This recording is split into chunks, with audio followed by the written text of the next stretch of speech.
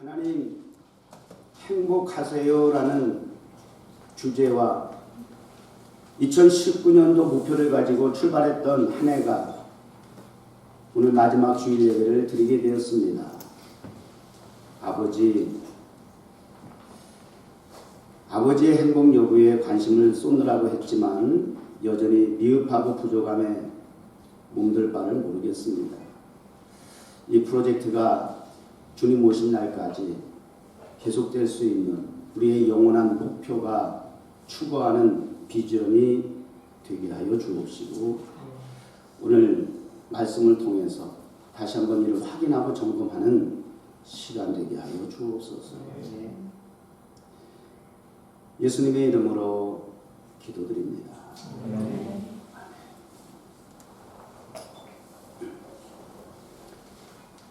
오늘 아침에 우리 하종식 교수님 뵈니까 얼굴이 화사해지셨어요. 저 얼굴이 좋아 보이세요.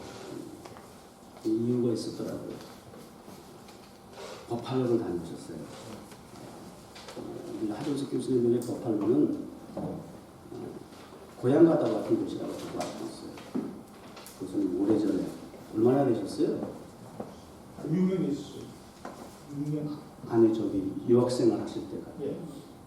6년이요? 예. 그밖에 안 되셨어요? 네? 그거 아닌 것 같아요. 몇 년 됐어요? 한국 사람. 그렇죠. 3, 40년 처음 유학생활 하셨어요. 6년 전에 다녀오신 기억 때문에 감회가 저기는 없을 것 같고, 첫 번 유학생 시절을 보냈을 때 3, 40년 전 까마득한 지난 세월을 돌아볼 때 내 청춘을 보냈던 그 시기 때문에 가슴이 뜨거워지는 거야. 그 감회가 새로운 거고. 우리 아들 한 목사 얘기를 들어보니까 야, 내가 또 언제 다시 오겠는가 하는 그런 생각을 하게 되니까 더 의미부여가 되고, 망감이 교차하고 또 감격하고 또 감사하지 않았나. 거기서 행복을 느끼기도 하고요. 지난 크리스마스 때 뉴스를 보니까 이런 토픽이 있더라고요. 플로리다에 사시는 어느 할아버지께서 이제 암투병으로 이제 사형선고 받으시고 이제 마지막 얼마 남지 않은 생을 보내시는데 꿈이 있으셨대요. 어렸을 때 눈을 맞으면서 살았던 그 추억. 근데 플로리다는 눈이 없잖아요. 1년 내내 더우니까. 야, 내가 언제 한번 눈을 보겠나. 한번 눈을, 그리고 이 눈에 이렇게 누우면 이렇게 많은 그 어린아이 막 이렇게 이거 뭐라 그러지? 팔색 이렇게 막 이렇게. 그거 한번 해보는 게 좋으니까 그러셨대요. 응? 그 뉴스 보셨어요? 여러분은 세상하고 담싸서 잘 모르죠. 저는 속된 사람이라 너무 잘 알아요. 그랬더니 그 사연을 듣고,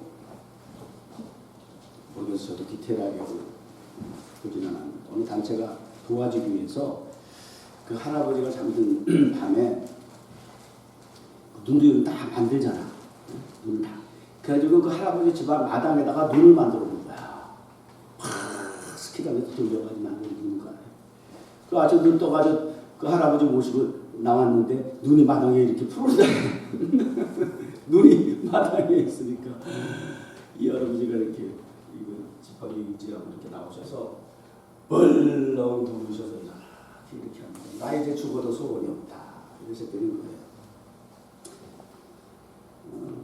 행복이죠, 이런 게. 우리 인간에게는 두 가지 하나님께서 주신 선물이 있어요. 다른 동물들이 없는. 하나는 기억력이라고 하는 것이고, 또 하나는 망각이라고 하는 것이에요. 공감이 안 될 수도 있어요, 그죠? 쓸데없는 거 자꾸 기억나가지고 힘든 시간들 보내는 사람도 많아요, 그죠?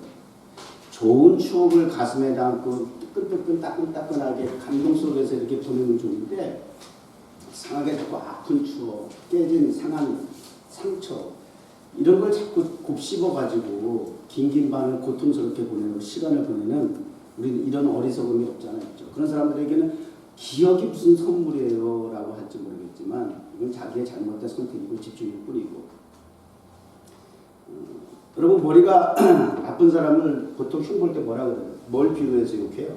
응? 닭대가리라고 그래. 세대가리라고.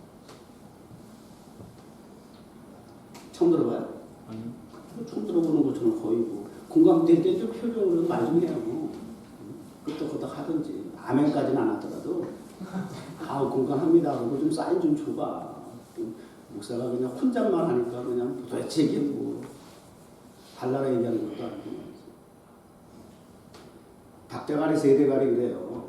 그래서 왜 그런가 했더니 조류들이 닭이나 새들이 이 기억력이 딱 5초 내지 3초래요. 특히 기억력 영상인데 그렇죠. 까마귀 고기 삶아 먹었나 그러죠. 까마귀 같은 경우 한 3초. 그래서 자기가 먹을 거를 갖다가 딱 꽂혀놓고 돌아서면 잊어버린다. 자기가 먹을 거보다 꽂혀놨지? 그래서 세대가 아니야. 그러니까 사람이 기억력이 상실되고 감퇴되면 이거 위험한 거야. 어떤 의미에서인지. 조심, 그건 정말 불행한 거예요. 기억력이 감퇴되고 상실된다는 것은.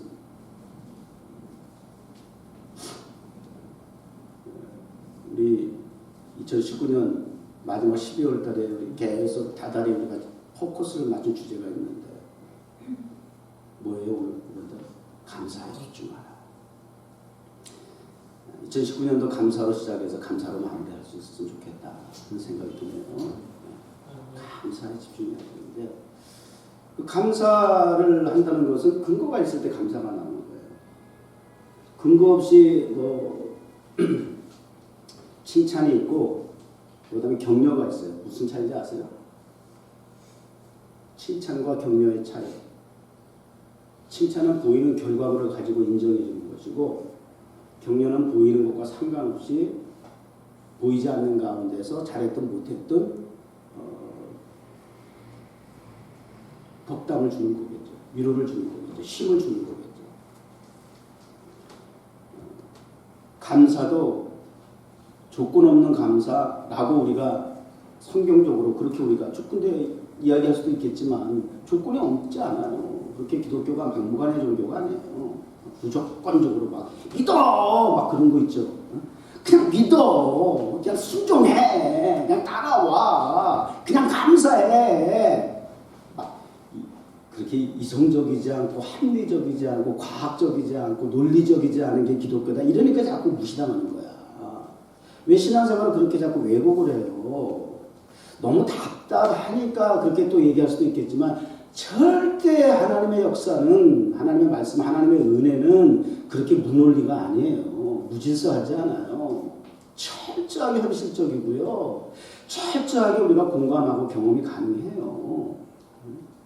그래야 그게 진정 우리 오늘 찬양도 그렇지만 내 속에 있는 모든 것들아 찬양하는 방법이 오늘 주신 말씀도 여호와를 송축하라. 근데 어떻게 송축하냐? 어디서부터 송축이 나와야 되느냐? 영혼에서부터 끌어올려서 나와야 되는 거야. 그러니까 영혼 없는 소리라 그러죠. 저 사람들이 영혼 없는 소리라고 했어. 그러죠. 그게 영혼이 없는 소리가 그 의미가 있는 얘기예요. 진정성이 없다고 말 아니에요. 그러니까 내 영혼을 통해서 하나님을 찬양한다라고 하는 것은 진정성을 얘기하는 거잖아요. 내 속에 있는 모든 것들을 통해서 하나님을 찬양해야 한다라고 하는 것은 그것은 전폭적인 거잖아요.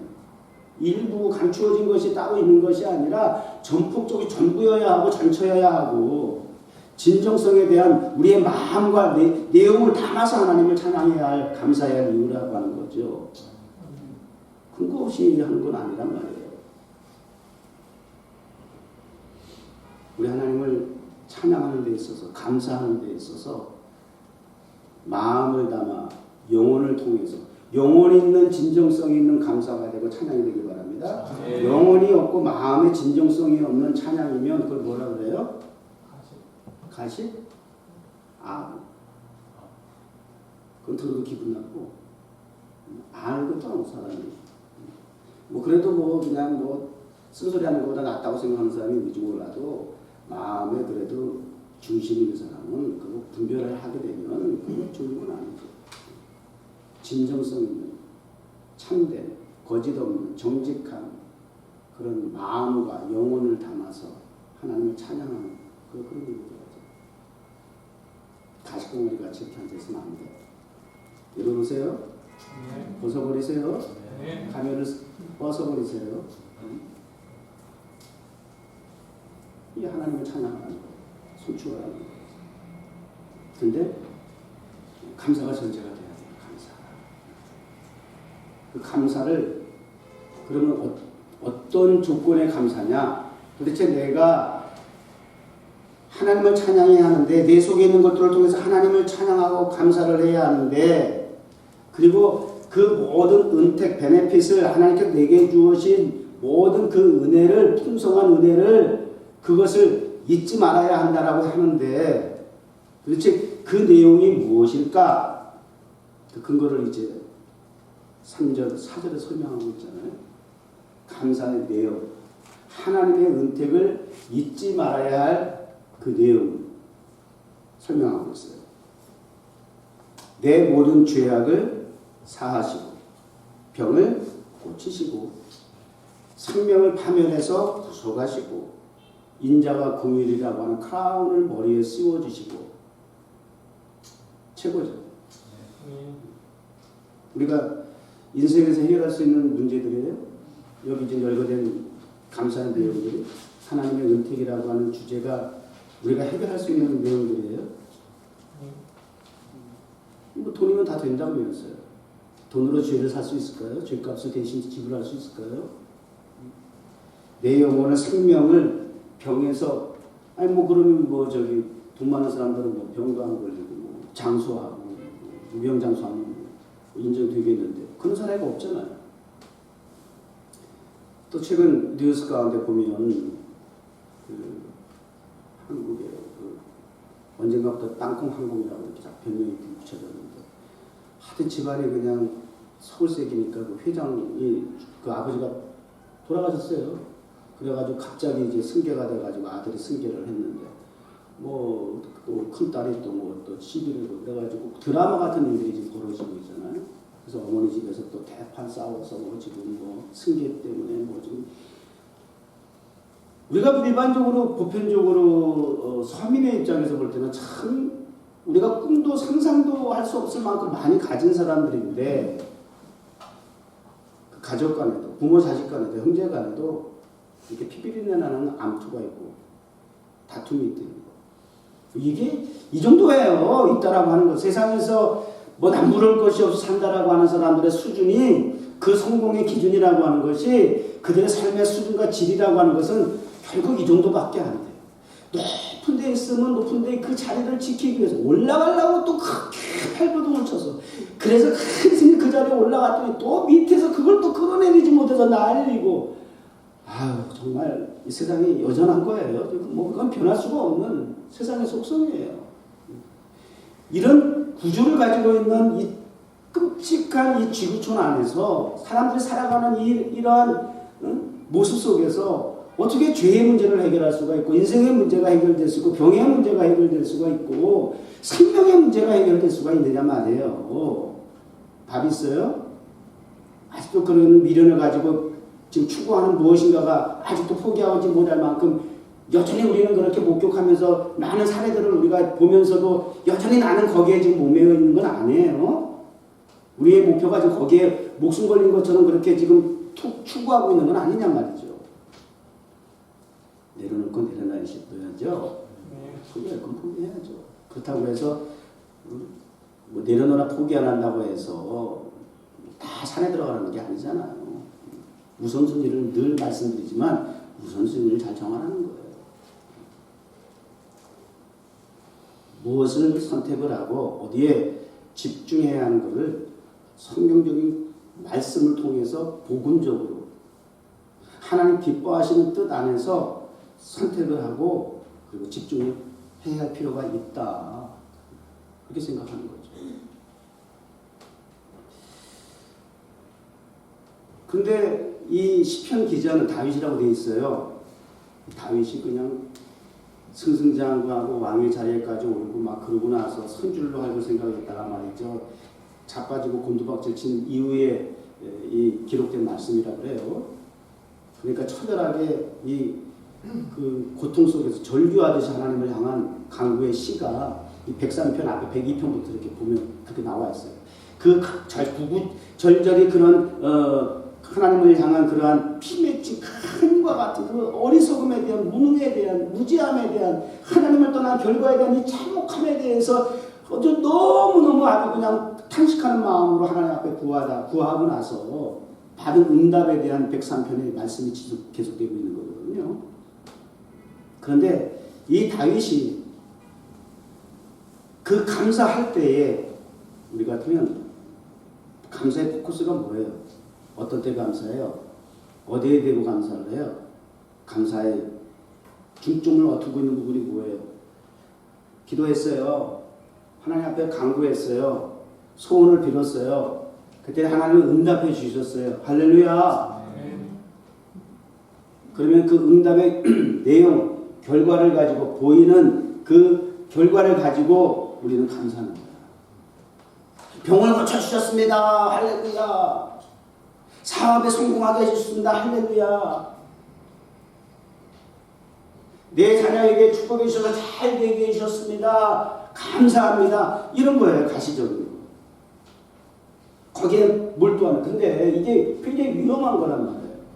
그런 가시적인 데에 우리가 자꾸 포커스를 맞추면 그게 감사의 조건이 되면 떡하니 앞에 홍해 바다가 있고 요단강이 있고 마실 물이 없고 사는 게 힘들다고 판단이 되어지면 그 감사는 어떻게 될까? 쏙 들어가. 그리고 뭐가 나와요? 반사적으로? 응? 우리 이스라엘 백성들이 그래서 어떤 결과를 도출했어요? 불평, 불만, 지도자 모세와 더불어 다투며 시시비비를 가요. 무엇이 잘 되느냐, 나쁘냐, 좋냐, 나쁘냐. 우리 흑백 논리로 전개가 되면 이게 해답이 없어요. 우리는 흑백을 가지고 논할 수 있는 자격이 첫째 없어. 다 시커매 가지고 무슨 백을 논할 수가 있어. 접근 방법의 시도가 잘못된 거예요. 처음부터. 해결 안 되는 거예요. 악순환이 될 뿐이에요. 그렇게 되는 거예요. 우리 신앙생활도 그래야 안 그래 지금 보니까. 돌아보면 그렇죠. 지금 우리 현주소들 봐도 그렇죠. 왜 그럴까? 불평불만이 나고 자꾸 왜 이렇게 원인 분석을 하려고 그러고 자꾸 시비를 가리려 할까? 똑같은 거예요. 하나 다르잖아. 왜요? 가시적인 보이는데 결과만 가지고 우리가 감사의 기준을 가지고 생각하니까 감사가 안 나오는 거야. 감사가 안 나오는 거야. 만족이 안 되는 거야. 내 육체의 욕심을 뭘로 다 채울 건데. 받은 은혜, 감사, 응답 그때뿐이라고 제가 말씀드리죠. 죄송하지만 제가 암에서 고침을 받았어요. 제가 3개월 갔다 얘기하잖아요. 그 감격이. 죽을 병에서 고침을 받았는데도 3개월밖에 안 가더라고. 맥시멈이. 하나님의 은혜에 대해서 감사가 싹 이전으로 또 돌아가더라고. 이 인간의 아주 변태적인 성격이에요. 속성이에요. 싫지만 그게 저더라고요. 부인하고 싶지만 남의 이야기라고 얘기하고 싶지만 그게 저 자신이더라는 얘기예요.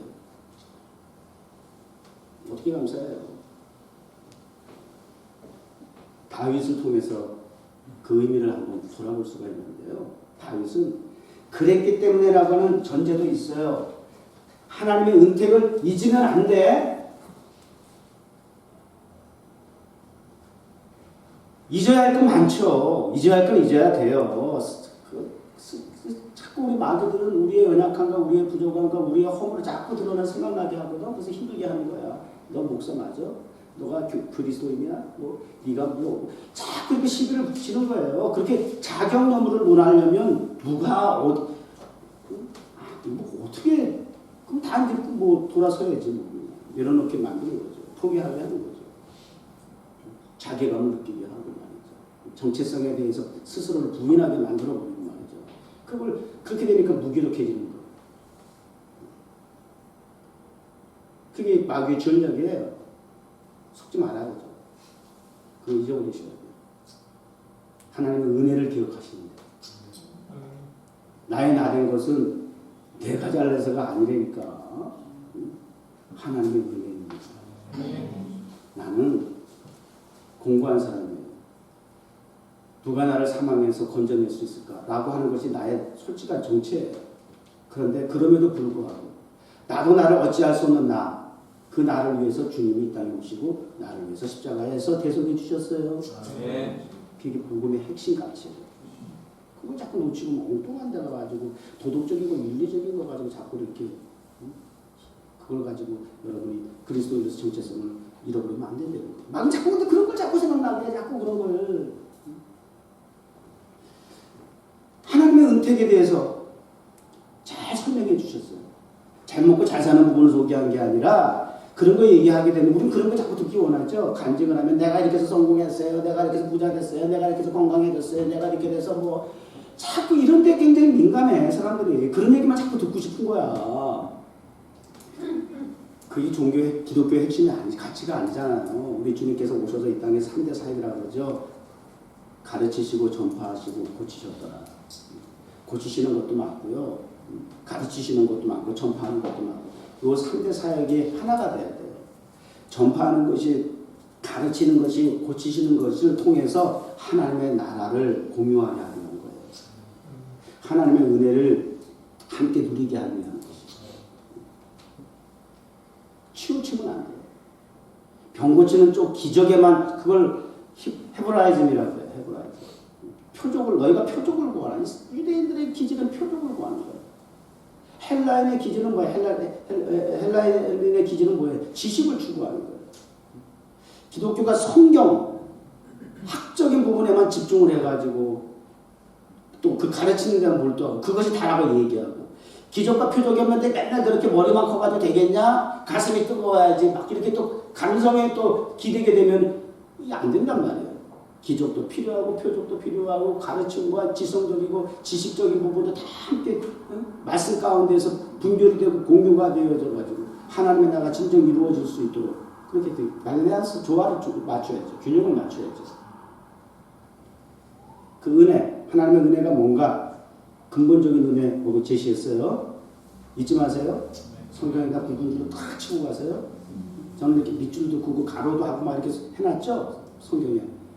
포커스를 좀 맞춰보자는 거예요. 평이하게 읽지 말고 거기에 좀 포커스를 맞춰보자는 거예요.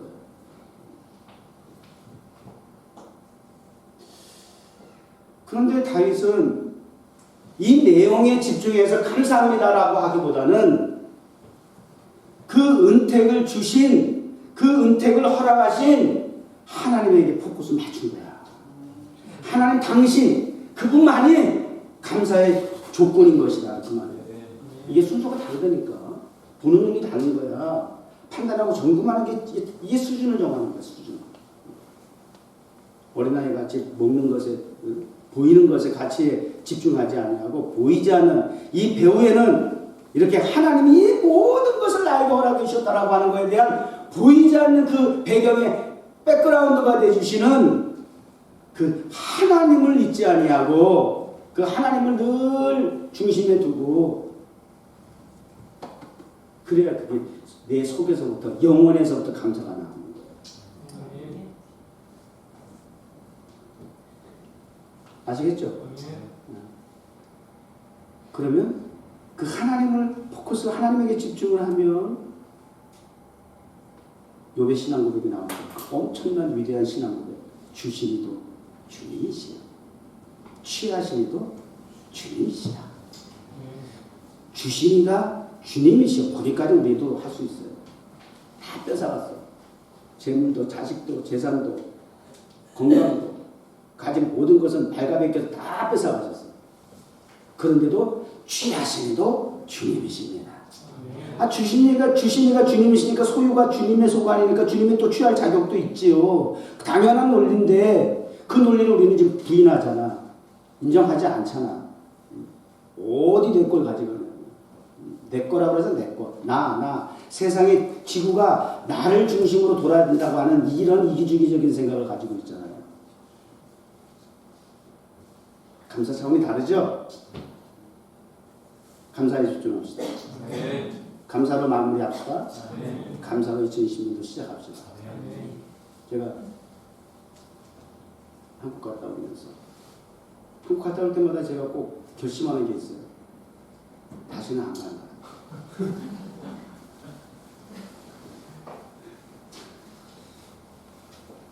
왜요? 목사님 외국자가 아닌가 봐. 나는 비행기가 너무 힘들어. 원래 시간에 비행기에 있으면 아주 막 끔찍해 막. 그래서 비행기에서 내리면 거의 난 반죽은 돼서 내려. 얼굴이 초췌해져가지고. 탈 때하고 내릴 때하고 사람이 달라 보여.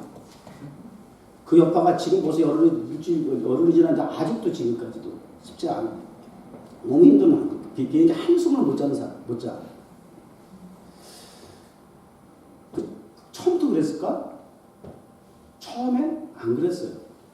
제가 70년대 초반 청소년 시절에 저를 위해서 안수기도해 주신 기도원장님께서 저보고 세계복음을 전할 거라고 예언을 해주셨어요. 세계복음 하면서 방언하면서 예언기도를 해주셨어요. 우리 어머니한테 저 아줌마 이상한 아줌마야. 저 어렸을 때니까 10대 청소년 시절 되었습니다. 근데 세계복음을 전한다라고 하는 것이 저는 그 당시 생각할 때 세계복음을 전하려면 세계 곳곳에 다녀야 되기 때문에 비행기를 타야 된다고 생각했거든요. 근데 그 당시에는 저는 비행기는 상상도 꿈도 꿀 수 있는 입장이 못했어요.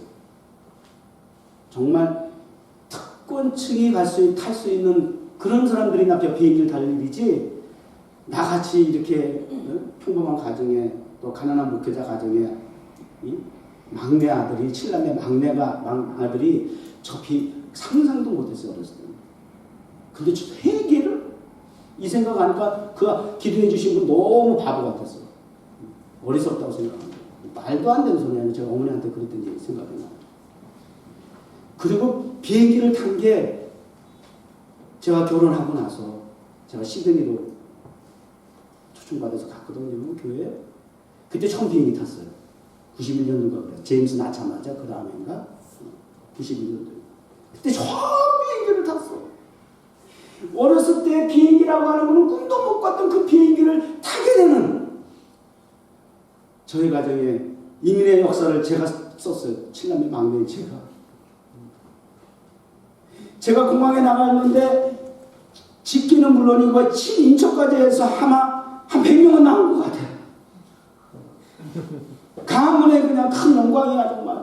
비행기를 타고 이민 간다는 게 막 그렇게까지 여길 정도로. 그리고는 막 그 옛날 사진 보니까 울고 막 다시 못 볼 것처럼 사진이 막 그냥 거의 초상화 같이 나왔어. 다시는 못 볼 것처럼 막. 그리고 헤어진 거야. 그리고 시드니에 갔어요. 그리고 그때 비행기 탈 때 제가 어떤 심정으로 탔었겠어요. 상상도 못했던 꿈도 꾸지 못했던 그 비행기를 내가 탄다라고 하는 거, 하나님 태워주셨다라고 하는 거, 목사가 돼서 하나님께서 사역을 위해서 태워주셨어요. 그랬을 때 제가 시드니도 만만치 않아. 10시간 이상 가.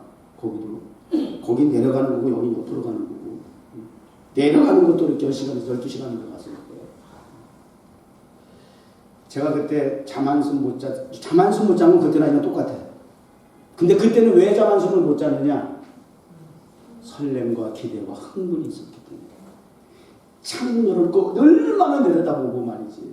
신기하게 생각했는지. 비행기 안에 있는 그 자체가 얼마나 행복했는지 몰라. 영혼이 올 때도 그렇고 하여튼 끔찍해가지고 이 시간을 어떻게 보면 인터넷도 안 되고 그러다 보니까 전화기 안에서 노트 어플 가지고 글만 들이따서 가지고 다 저장해놨어요. 그때 이제 뽑았으려고. 그때 새해에 대한 생각도 또 한번 묵상을 하면서 활주로 프로젝트라고 하는 계획을 하게 됐어요. 그러면서 새해에는 활주로 프로젝트를 통해서 비전을 전개해 나가야 되겠다. 활주로의 역할은 뭐예요? 비행기가 착륙하고 이륙하는 거죠. 2019년도 이륙하는 과정 속에 있어요. 2020년 또 우리가 착륙을 맞나? 거꾸로 얘기했나? 랜딩. 이륙이 올라가는 거야? 네. 착륙. 랜딩. 그다음 그건 뭐? 테이크업? 테이크업. 테이크업 하는 과정 속에 있어요. 또 2020년 랜딩을 해야 되겠죠. 그게 활주로의 역할이에요. 감사로 우리가 이륙이 굉장히 이게 공중에 떠 있는 시간보다 착륙하고 이륙하는 그 시간이 긴장감이 더하죠. 그게 굉장히 중요한 시간입니다. 자, 그러면서 제가 떠오른 특징이 있는 동물이 생각이 났어요. 그게 독수리였어요. 독수리. 우리 타임스퀘어 월요 예배를 드리는 구성원을 제가 독수리 가지고 해요. 독수리 형제라고 해요. 그래서 타임스퀘어 광장 빨간 계단에서 우리가 8년 차, 9년 돼가는 이제 예배를 좀 지속하고 있는데, 우린 독수리다 캐릭터를 이렇게 정했어요. 근데 비행기 안에서 활주로를 떠올리고 또 비상하고 착륙하고 이륙하고 하는 그런 과정 속에서 떠오른 동물이 독수리였어요. 독수리는 공중의 왕이잖아. 세중의 왕이잖아요. 그죠? 기왕이면 독수리 생각해야지 비둘기 생각하면 되겠어요. 참새 생각하면 뭐 할 건데. 그 독수리에 대한 이야기들을 이제 풀어나갈 거예요. 오늘 그 말씀은 또 우리가 성경의 결론적인 부분이잖아요. 그래서 그렇게 그 하나님의 은택에 대해서 은택을 받은 그 내용보다도 그 은택을 베푸신 하나님에게 초점을 맞춰서 집중해서 그 하나님을 향해서 감사를 하는 그 하나님께서 우리에게 어떤 또 혜택을 또 주셨느냐? 좋은 것은요, 좋다 나쁘다는 기준이 뭔지 아세요? 자꾸 아까도 얘기했죠. 흑백 논리 우리는 따질 수 있는 입장이 안 된다니까. 자격이 없어. 뭐가 좋은데요? SNS에서 좋아요 많이 누르죠? 뭐가 좋은 건데요? 좋다라고 하는 것은 하나님께 속했을 때 좋은 거예요. 네. 우리 기독교인의 세상적인 가치 분별은요, 복잡하지 않아. 많고 적음에 있지 않아. 새 거다 큰 거다 있지 않아요. 크다 작다 있지 않다니까. 그거 굉장히 저속한 거야. 그런 거 가지고 좋다 나쁘다 얘기하고 자꾸 거기서 행불행을 얘기하면, 좋다라고 하는 것은 하나님께 속한 것이야. 하나님이 보시기에 좋았더라. 그게 좋은 거야. 그게 성경적인 거예요. 그래서 우리 뉴욕 정목교회 영원한 그런 하나님의 보시기에 좋았더라의 세계를 회복하는 거예요. 그게 뉴욕 이든, 정확하게 풀네임으로 우리 뉴욕 정목교회를 표현한다면 뉴욕 이든 가든 처치예요. 하나님 보시기에 좋았던 세상, 그 첫 번째 세상 이든 가든, 하나님 그걸 회복하는 거예요. 그래서 이 세상이라고 하는 죄악이 간영한 도시에 복음의 나무 예수 그리스도의 십자가의 나무를 심어 그늘을 만들기 원하는 것이 정옥교회 사역이에요. 그렇게 출발했어요. 그런 프로젝트가 같은 거. 세계 복음은 내가 비행기 타고 니들 돌아다니면서 원주민들에게 쫓아다니면서 전하는 게 세계 복음인 줄 알았더니 타임스퀘어 가면서 한 방에 끝나버렸어요. 찾아오는 열방 세계를 향해서 지난 8년 동안 복음을 전했으면 안전한 부족과 민족과 나라가 있을 것 같아요? 다 있어. 놀랍죠? 내가 어떻게 다 쫓아다니는 게 있어요, 비행기 타고. 과거에는 부흥 집회하고 하면 강사 목사님들이 뭐 비행기를 뭐 얼마나 탔다고 그러는데 저는 앉아서 다요. 이런 좋은 배경이 있고 환경이 있음에도 불구하고 선교한다 다니시는 분들도 있지만 같은 장소에 그 같은 상황이라도 이렇게 해석과 적용이 차이가 있는 거예요. 왜 그러는지 아세요? 주님께로부터 받은 은혜가 있기 때문에. 메시지가 있으니까. 주신 목사에게 주신 하나님의 일방적인 너는 나의 택한 그릇이야 라고 했던 바울처럼 택한 그릇으로 쓰임받는 용도가 기능이 있기 때문에. 그럼 어렸을 때 40년 전 50년 가까이 된 세월 동안에 변하지 아니하고 이 나이 되어서 하나님께서 그 꿈을 성취해 주시는 그 하나님 어떻게 알 수가 있어요.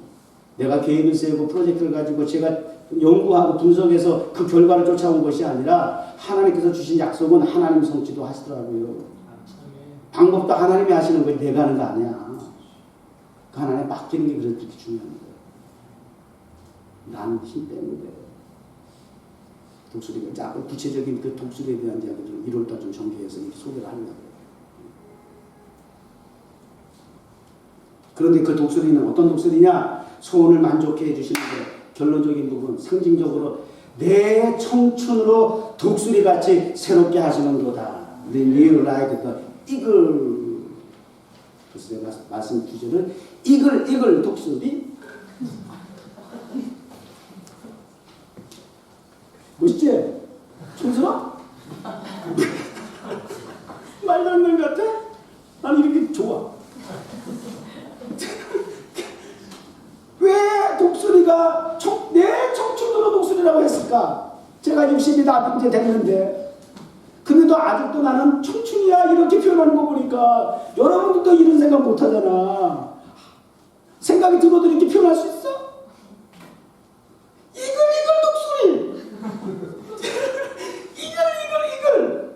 근데 여기서 말하는 이글 용어는 아니잖아.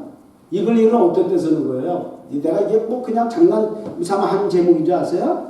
의미가 청정적이기 때문에 제가 이렇게 표현을 썼어요. 여기서 말하는 이글은 어떤 때 써요, 여러분? 우리말이잖아, 이거는. 이글 백과사전 찾아봐. 어떤 때 쓰나? 불타오르네. 이거야. BTS BTS였나?